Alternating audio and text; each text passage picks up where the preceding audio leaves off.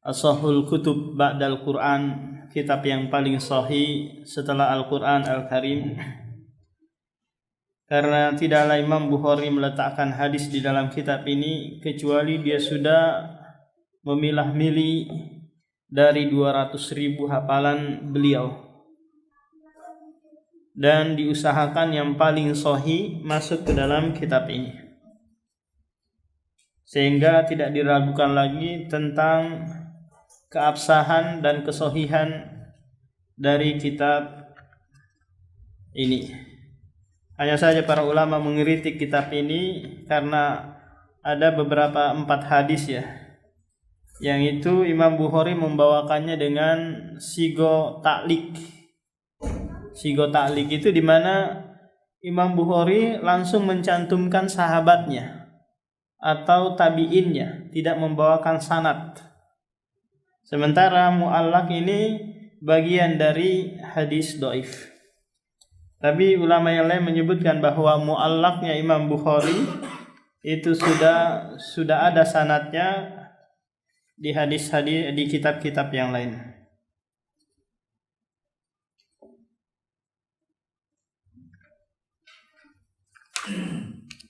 Babu at-tayammunu fi dukhulil masjidi wa ghairihi.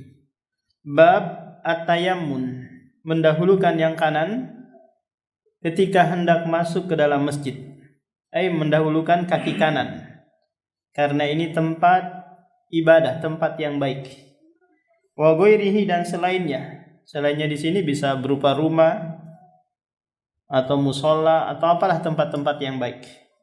Kalau tempat-tempat yang kotor, masuk ke pasar, masuk ke WC, masuk tempat lokalisasi, ini mendahulukan apa? Kaki kiri. Karena ini tempat-tempat yang kotor. Nah, dan ini perkara sunnah. Sebagaimana nanti Abdullah bin Umar mempraktekkan hal tersebut. Haddatsana Sulaimanu ibnu Harbin. Qala haddatsana Syu'bah ibnul Hajjaj Abul Bistam. Anil Ash'asi ibnu Sulaiman an abihi an Masruk an Aisyata. Ada juga nama apa? Tabi'in Masruk. Karena memang masa kecilnya dia pernah dicuri, dibawa lari orang, sehingga dia dinamai apa? Masruk, dicuri, orang yang dicuri. An Aisyata qalat, kana an-nabiyyu yuhibbut tayammuna mastata'a fi sya'nihi kullihi fi tuhurihi wa tarajjulihi wa tana'ulihi.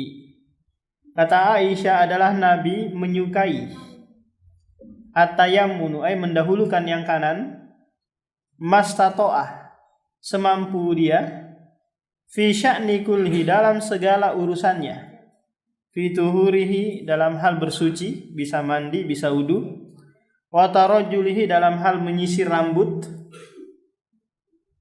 mendahulukan yang kanan, wa tana'ulihi, demikian juga memakai sendal, ini mendahulukan kanan. Apalagi kira-kira memakai baju, mendahulukan yang kanan. Kalau di sana ada kiri dan kanannya.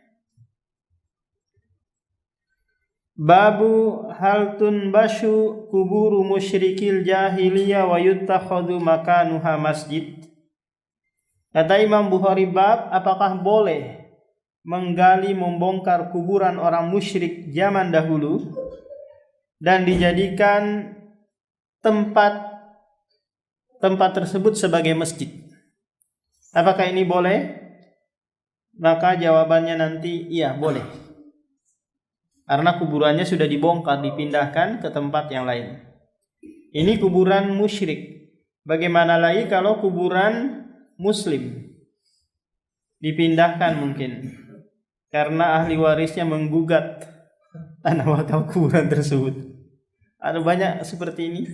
Ada di Sulawesi yang ada teman cerita itu, anaknya ini karena nggak terpilih jadi jadi kepala desa, akhirnya tanah wakaf bapaknya kuburan tersebut dia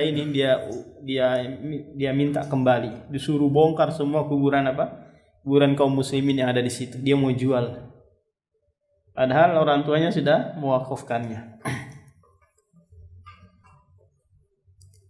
liqaulin nabi la'anallahu al-yahuda ittakhadhu qubur anbiya'ihim masajidah. Nabi sallallahu alaihi wasallam bersabda, semoga Allah melaknat orang Yahudi. Laknat maknanya adalah ibtiadu an rahmatillah, permohonan agar dijauhkan dari rahmat Allah. Ketika ada kata laknat, maka menunjukkan perbuatan itu dosa besar. Ini Pak. La'anallahu man dzabaha li ghairillah. Allah melaknat orang yang menyembelih atas nama selain Allah.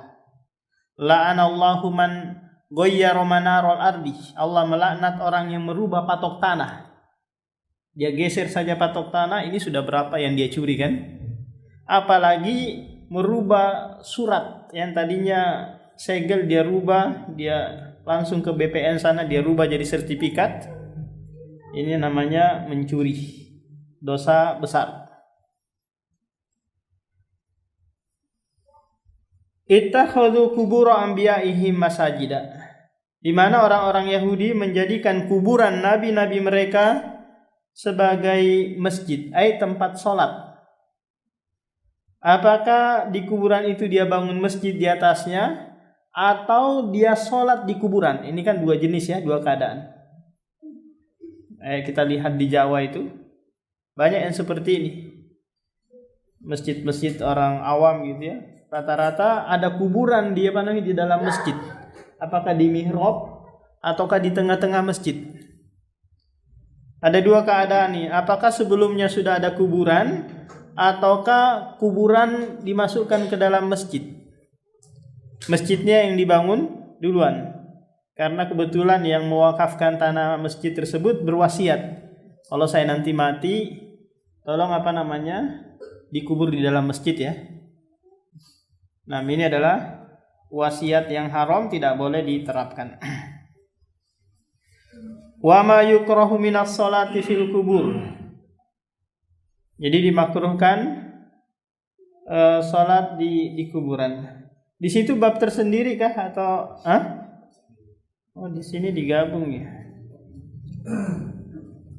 Jadi kata Imam Bukhari membawakan bab ma yukrahu minas sholati fil kubur. Dimakruhkan salat di kuburan. Dalam ilmu usul fikih, makruh itu maknanya jika dikerjakan tidak berdosa. Jika ditinggalkan dapat pahala. Kebalikan dari sunnah atau mustahab. Kalau mustahab kan dikerjakan dapat pahala, ditinggalkan enggak berdosa. Ini makruh. Adapun secara bahasa makruh itu maknanya magdub, dibenci. Tapi belum tentu perbuatan itu dibenci. Karena yang diinginkan adalah istilah asy-syar'i.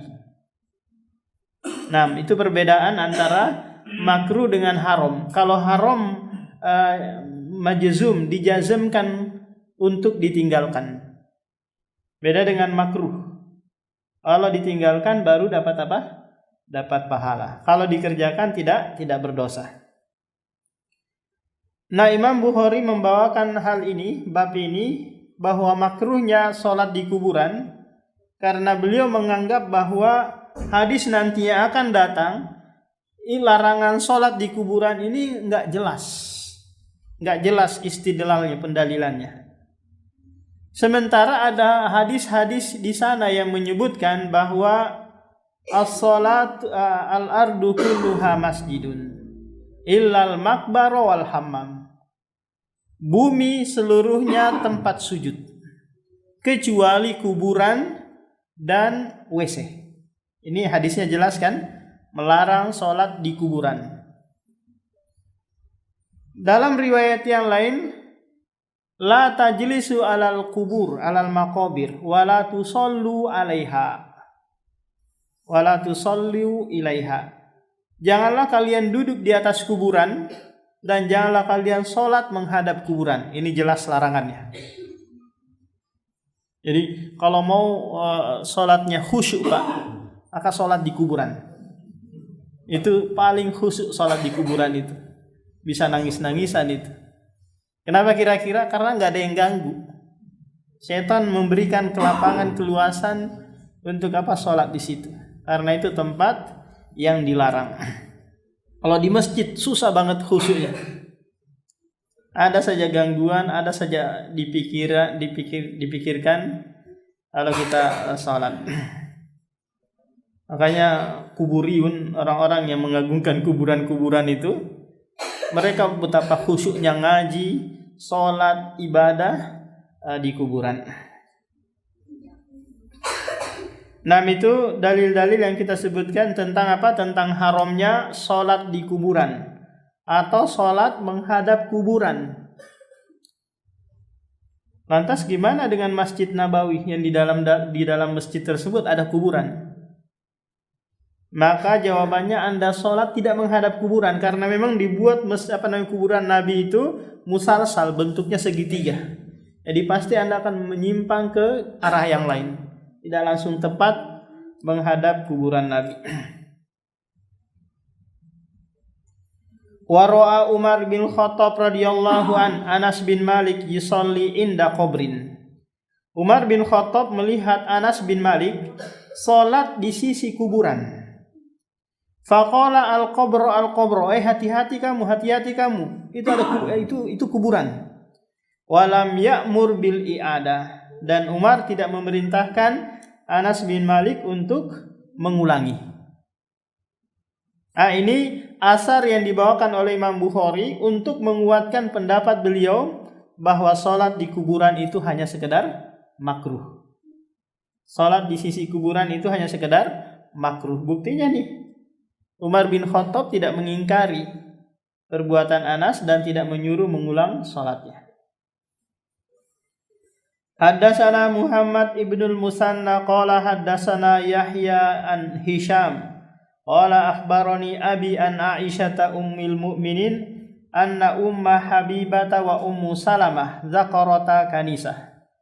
Jadi Ummu Habibah dan Ummu Salamah, dua orang sahabiah yang ikut dalam hijrah pertama ke Habasyah.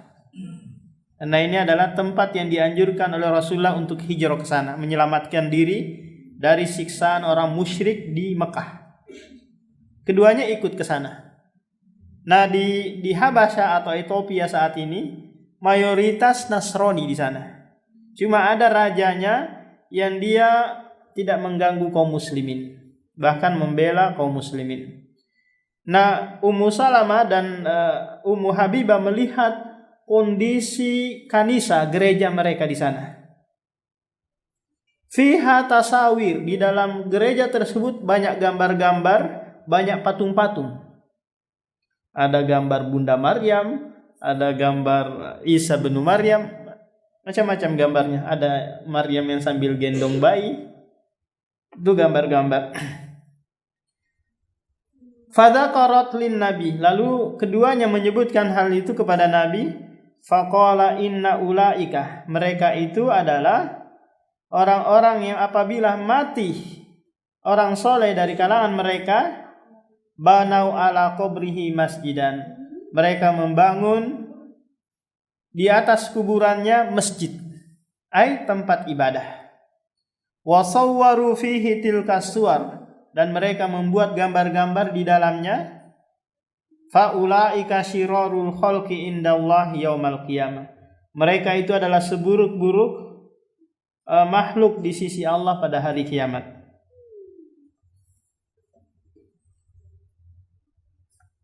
Nah, di situ ada hadis yang menyebutkan ini enggak, la taj'alu buyutakum maqabir wala tusalli wala tattakhidul quburah. Ada ya? Enggak ada?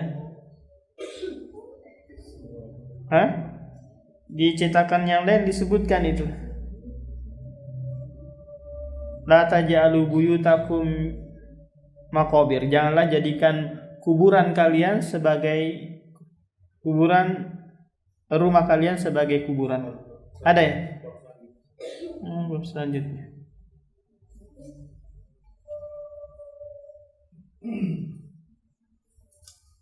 Qala haddatsana Musaddadun qala haddatsana Abdul Waris an Abi Tiyahi an Anas bin Malik qadiman Nabiyyu al-Madinah.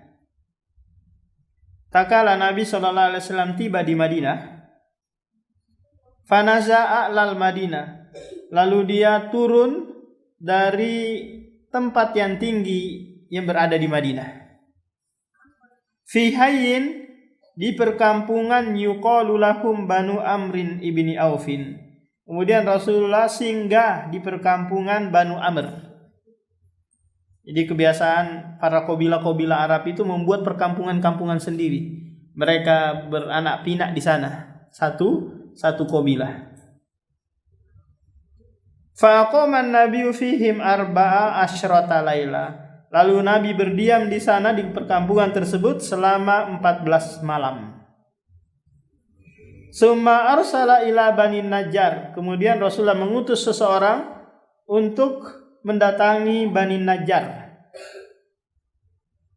kabilah An-Najjar yang mereka punya keahlian dalam membangun masjid atau rumah. Faja'u mutaqallidi as-suyuf, lalu mereka datang sambil membawa pedang. Ka'anni anzuru ilan nabi ala rahilatihi, seakan-akan aku melihat Nabi berada di atas kendaraannya. Wa Abu Bakrin ridfuhu, sementara Abu Bakar berada di belakangnya.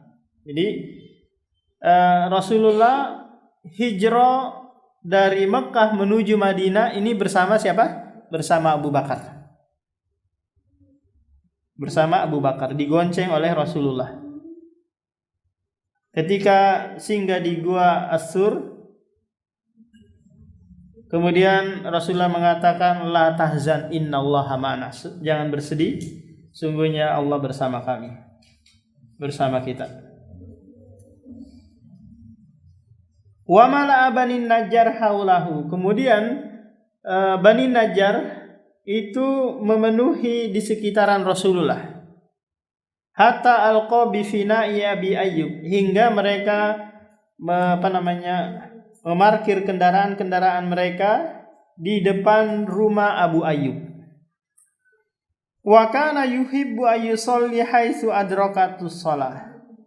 Kata Anas adalah Nabi suka sholat dimanapun dia berada ketika datang waktu sholat, tanpa memandang ini rumah, ini lapangan, pokoknya dia langsung sholat di situ. Wa yusolli fi marabidil ghanam, dan Rasulullah sholat di kandang kambing. Karena waktu itu belum dibangun masjid, belum ada masjid.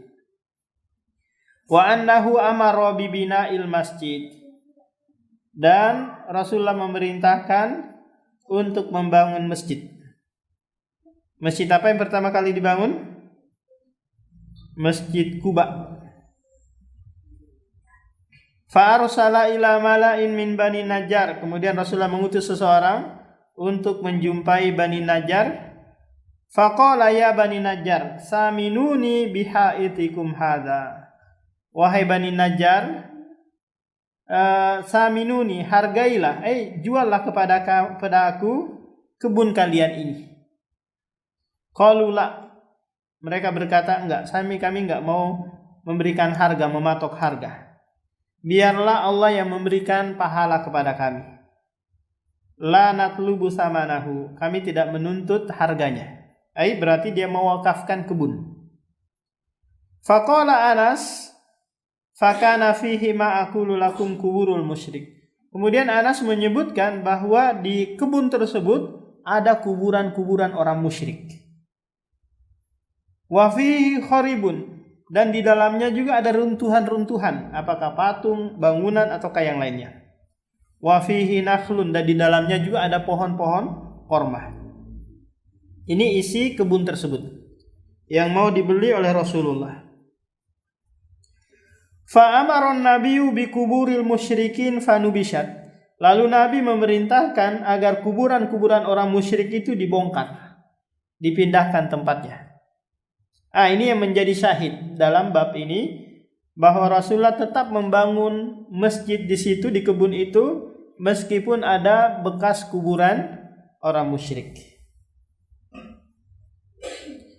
Summa bil kharbi fasuwiyat, kemudian reruntuhannya diratakan. Wa bin nakhli fakutiat, kemudian pohon nakhlnya ditebang nanti untuk dijadikan tiang-tiang masjid. Jadi Rasulullah menggunakan bahan seadanya. Tidak tidak membuka donasi, apakah donasi dinding, keramik dan yang lainnya, pakai bahan seadanya untuk apa? Untuk bangun masjid. Fasaffun nakhla qiblatal masjid. Lalu mereka menyusun batang-batang pohon korma tadi qibalal masjid, di arah kiblat masjid. Wajalu idodataihi al-hijarah, dan mereka menjadikan pintu masjid tersebut tersusun dari batu, bekas reruntuhan-reruntuhan yang ada di kebun. Wajalu yankulus sohra, dan mereka gotong royong memindahkan batu. Wahum yartajizuna, sambil mereka bernasyid, berdendang, membacakan syair-syair. Ini sebagai penyemangat. Wan nabiyyu ma'ahum, sementara Nabi bersama mereka. Wa huwa yaqul, di antara syairnya adalah Allahumma la khaira illa khairul akhirah faghfir lil ansari wal muhajirah. Ya Allah, tidak ada kebaikan kecuali kebaikan akhirat, maka ampunilah ansor dan muhajir. Jadi dari hadis yang panjang ini kita mengambil kesimpulan bahwa bolehnya bekas kuburan itu dijadikan sebagai apa? Sebagai masjid. Apakah kuburan musyrik, Yahudi, Nasara, ataukah kuburan kaum muslimin? Dipindahkan ke tempat yang lain. Kalau sekiranya masih ada kuburannya di situ, berarti tidak boleh, ya kan? Tidak boleh. Ini secara mafhumnya. Babus sholati fi marabidil ghanam. Bab bolehnya sholat di kandang kambing. Ini kalau tahan baunya ya. Kalau terpaksa atau nggak ada tempat yang lain kecuali di situ, ya silakan. Karena kencing kambing, tai kambing ini tidak najis. Tidak najis. Haddasana Sulaiman ibnu Harbin qala haddasana Syu'bah an Abi Tiyahi an Anas bin Malik qala kana an-nabiyyu yusalli fi marabidil ghanami. Kata Anas bin Malik adalah Nabi salat di kandang kambing. Summa sami'tu ba'du yaqulu kana yusalli fi marabidil ghanami qabla ayyubnal masjid. Kemudian setelahnya, kata tabi'in Abi Tiyahi, adalah Anas berkata lagi setelahnya, Rasulullah itu sholat di kandang kambing sebelum dibangun masjid. Pemahamannya apa? Kalau sudah ada masjid, maka tidak dianjurkan lagi sholat di kandang kambing. Ini pilihan. Ada tempat yang bersih, ngapain sholat di tempat yang kotor? Oh, ini dalam rangka mengikuti sunnah. Dalam rangka apa? Mengikuti sunnah. Enggak. Jadi sunnah itu ada yang haram, ada yang makruh, ada yang wajib, ada yang mustahab. Babus salati fi mawadi'il ibil. Bab salat di kandang onta. Di kandang onta. Atau di tempat menderumnya onta. Apakah ini boleh? Kata Imam Bukhari, haddasana Shadaqatu ibnul Fadli qala akhbarana Sulaiman ibnu Hayyan qala haddasana Ubaidillah an-Nafi qala ra'aitu ibna Umar yusalli ila ba'irihi wa qala ra'aitu an-nabi yaf'aluhu.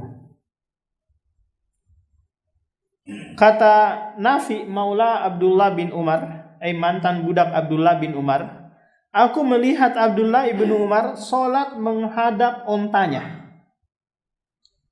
Waqala, dan dia berkata, ra'aitun nabi yaf'aluhu, aku melihat Nabi melakukannya. Abdullah bin Umar ini melakukan hal ini karena ada tuntunannya, ada contohnya. Cuma perlu diperhatikan hadis ini. Hadis ini tidak mengarahkan bolehnya sholat di kandang onta. Paham? Tapi dia sholat menghadap onta yang sedang istirahat. Paham? Dia kan berkendaraan onta nih. Kemudian dia mau sholat wajib. Dia dia parkir dulu ontanya. Kemudian dia sholat menghadap. Dia jadikan onta tersebut sebagai apa? Sutra. Nah, jadi Imam Bukhari seakan-akan berdalil dengan asar ini untuk menguatkan pendapat beliau bolehnya sholat di kandang onta. Karena Rasulullah pernah ditanya, anusolli fi marobidil ghanam, apakah kita boleh sholat di kandang kambing? Kata Rasulullah, na'am. Ditanya lagi, anusolli, apakah kami boleh sholat di kandang onta? Kata Rasulullah, la, tidak boleh. Ini bedakan kandang onta dengan tempat singgah onta. Tempat singgah onta. Karena kandang onta tidak boleh sholat di sana. Apa ilahnya? Apa alasan pelarangannya? Alasan pelarangannya masih dicari-cari. Apakah karena kotor, ataukah karena najis, ataukah karena onta ini sifatnya pendendam. Luar biasa onta ini, kalau pernah disakiti sekali saja sama tuannya, dia akan dendam, mencari kesempatan kapan bisa menginjak-injak tuannya ini. Maka orang yang suka makan daging onta, ini terbawa sifat dendamnya Dendamnya onta. Alhamdulillah kita nggak ada onta di sini ya. Dia memiliki sikap dendam yang luar biasa.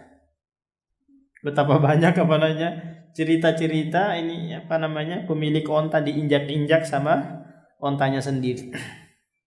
Karena dia pernah tersakiti sekali. Dia simpan itu, Pak, dia simpan. Suatu saat nanti ini dia akan meluapkan. Jadi itu. Karena bahaya sholat di kandang onta, karena memungkinkan bisa diinjak sama onta tersebut. Adapun kalau kita memarkir onta kemudian kita sholat menghadapnya, ini dibolehkan. Babu man shalla wa qudamahu tanur aw narun aw syai'un mimma yu'badu fa arada bihi Allah. Bab sholat wa qudamahu sementara di depannya ada tanur. Tanur ini adalah alat memanggang roti. Alat memanggang roti kalau di Arab sana.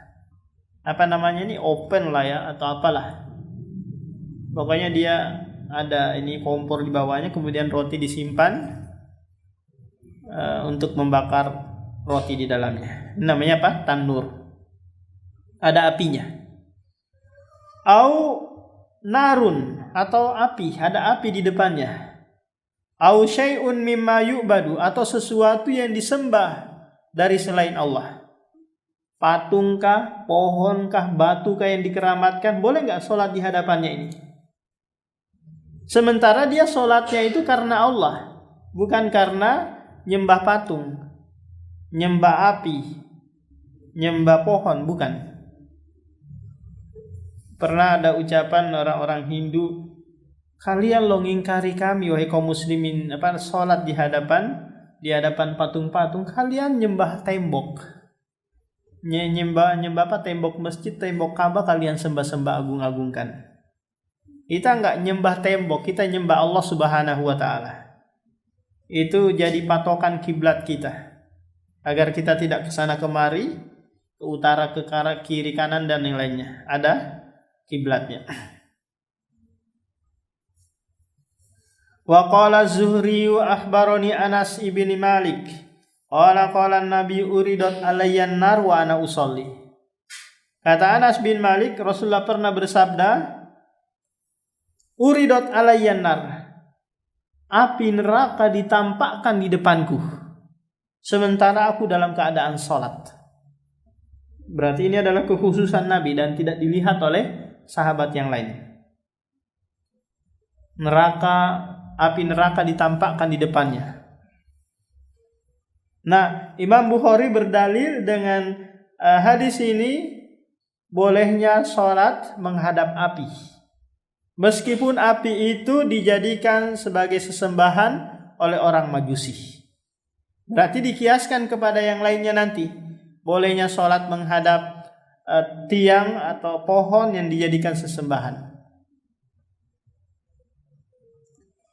Nah, tapi ini kalau mengkhawatirkan muncul ada sesuatu pengagungan terhadap barang tersebut, ini nggak boleh. Qala al-Imam al-Bukhari haddatsana Abdullah bin Maslamah an Malik an Zaid ibni Aslam. Zaid bin Aslam ini seorang ulama, kalau dia ngisi kajian yang hadir itu 40.000 orang. Ulama besar yang sampai Ali bin Husain Zainul Abidin duduk di majelisnya, cucu Rasulullah sallallahu alaihi wasallam. Tak kala ditanya, "Kenapa engkau duduk di majelisnya Zaid bin Aslam?" Kata Ali bin Husain, "Iya, seseorang itu duduk di majelis yang memberikan manfaat kepadanya tentang agamanya, tanpa memandang apakah itu keturunan Nabi atau bukan keturunan Nabi. Selama dia memberikan manfaat, maka saya akan duduk di sana." An Atha bin Yasar an Abdullah bin Abbas qala in khasafati syamsu, takala gerhana matahari, fasalla Rasulullah, lantas Rasulullah salat gerhana. Tsumma qala, kemudian berkata, uritu nar, aku diperlihatkan neraka. Falam ara manzaran, dan aku tidak pernah melihat pemandangan yang sangat menyedihkan, sangat mengerikan kecuali pada hari itu. Lau ta'lamuna ma a'lamu la dhahiktum qalila wa la bakaitum katsira. Seandainya kalian tahu sebagaimana yang aku ketahui, niscaya kalian banyak menangisnya dan sedikit tertawanya.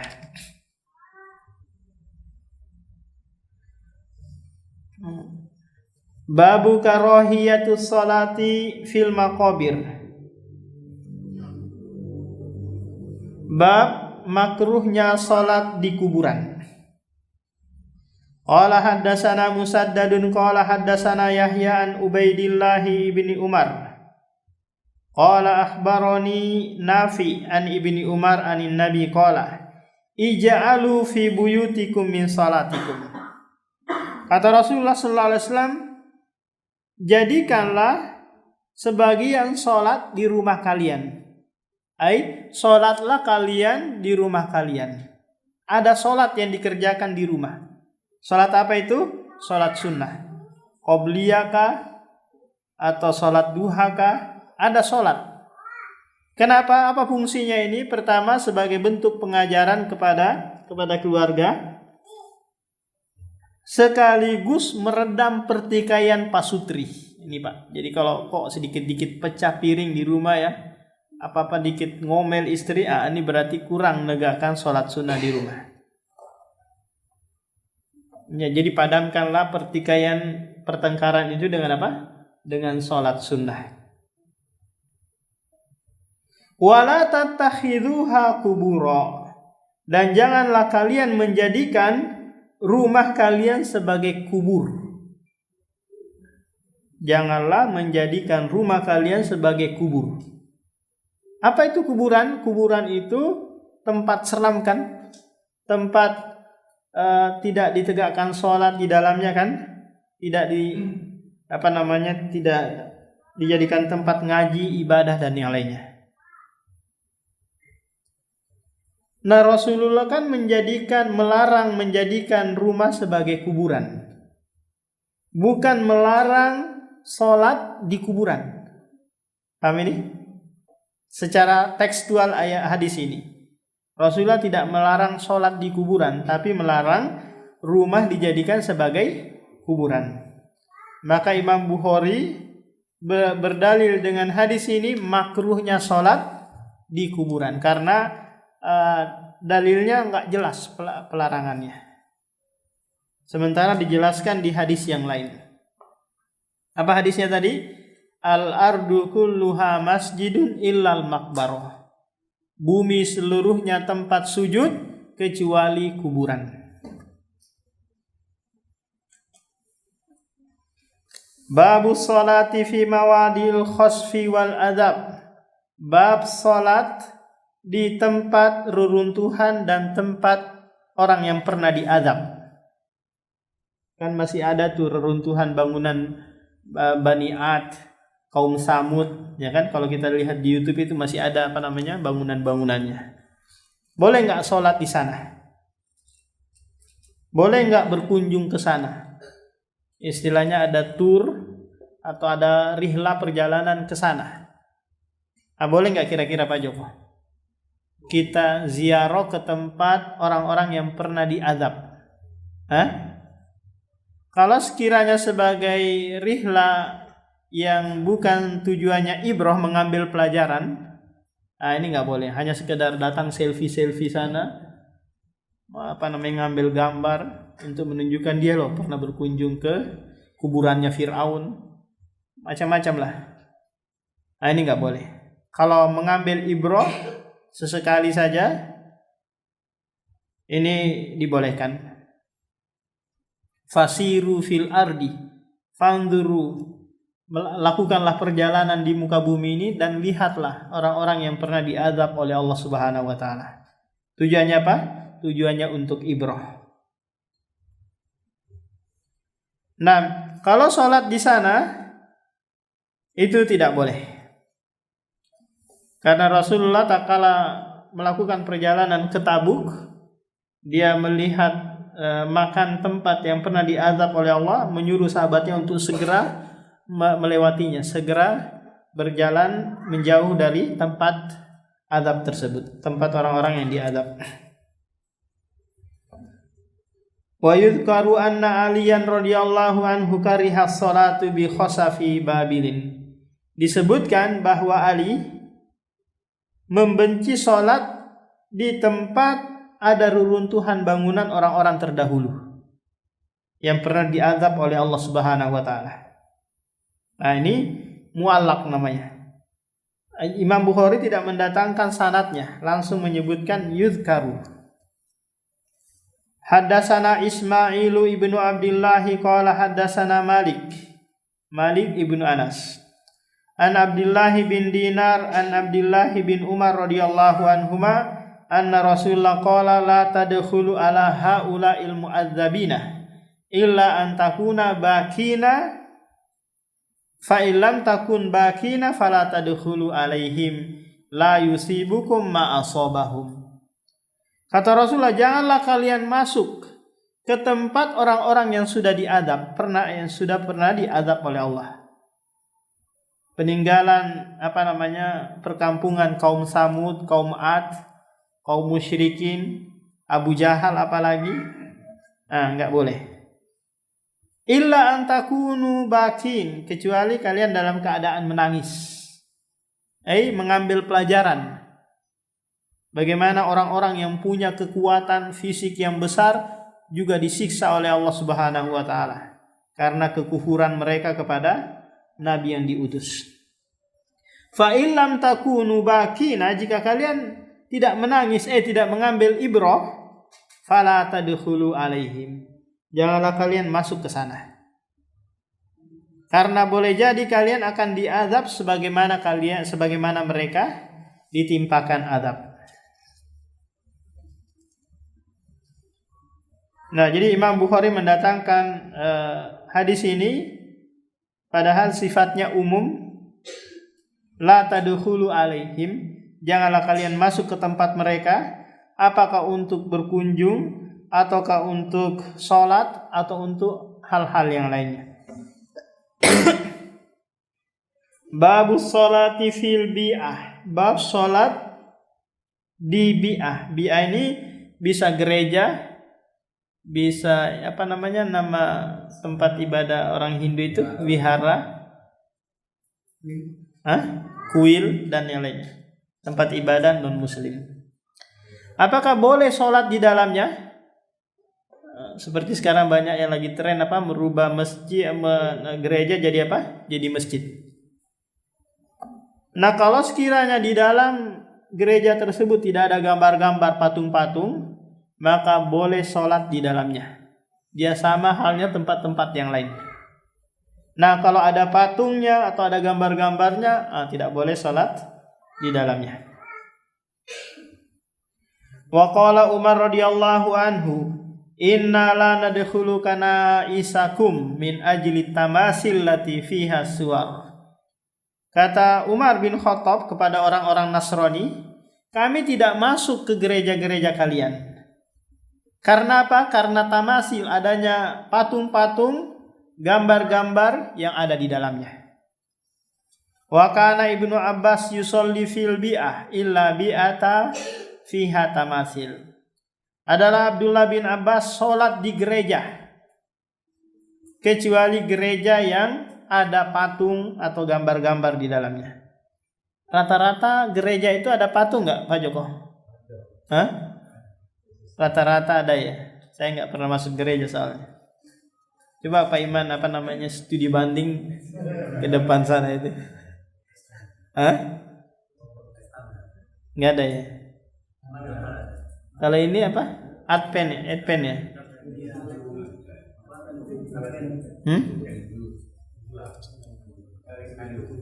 Iya. Itu Yahudi ya. Pernah masuk Pak ke dalam situ? Coba sekali-kali masuk ini. Hah?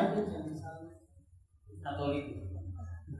Kalau Protestan salib aja. Kalau nggak ada sekali-kali kita Jumatan di sana ya. Ini ajaran apa lagi? Saingan zaitun nanti ya. Haddatsana Muhammad qala akhbarana Abdatu an Hisham bin Urwa an abihi an Aisyah anna Ummu Salama zakarat li Rasulillah kanisatan ra'at bi ardil Habasya yuqalu laha Maryah. Jadi Ummu Salamah pernah melihat gereja yang ada di negeri Habasya, namanya gereja Maryah. Fadzakarat lahu ma ra'at fiha minas suwar. Lalu Ummu Salamah menceritakan apa yang dilihat di dalam gereja tersebut. Berarti Rasulullah enggak mengingkari Ummu Salamah ziarah kunjung ke gereja, ya kan? Karena enggak mungkin dia melihat dari luar, pasti masuk ke dalam. Faqala Rasulullah ulaika qaumun idza mata fihimul abdus shalih awir rajulus shalih banau ala qabrihi masjidan wa sawwaru fihi tilka suwara ulaika syirarul khalqi indallah. Mereka itu adalah kaum yang apabila mati rasul nabi orang soleh mereka membangun di atasnya kuburan sebagai masjid dan mereka membentuk-bentuk gambar patung. Mereka itu adalah syirarul khalqi indallah, seburuk-buruk manusia di sisi Allah Subhanahu wa taala. Nah, demikian ada yang bertanyakan? Kalau seandainya ada perintah dari kementerian untuk memajang foto pemimpinnya itu gimana kan? Kalau tidak mentaati akan dibongkar masjidnya, misalnya begitu. Ada kan? Seandainya. Iya. Kalau seandainya ancamannya adalah dibongkar masjid, nanti dipajang pas mereka datang aja kunjungan. Ketika mereka tidak ada kunjungan, diturunkan. Itu siasat untuk mencegah kemungkaran yang ada, kemudorotan yang akan muncul daripada kemudorotan hanya memajang foto Jokowi dan yang lainnya. Ada bisikan kayaknya. Nah, demikian subhanakallahumma wa bihamdika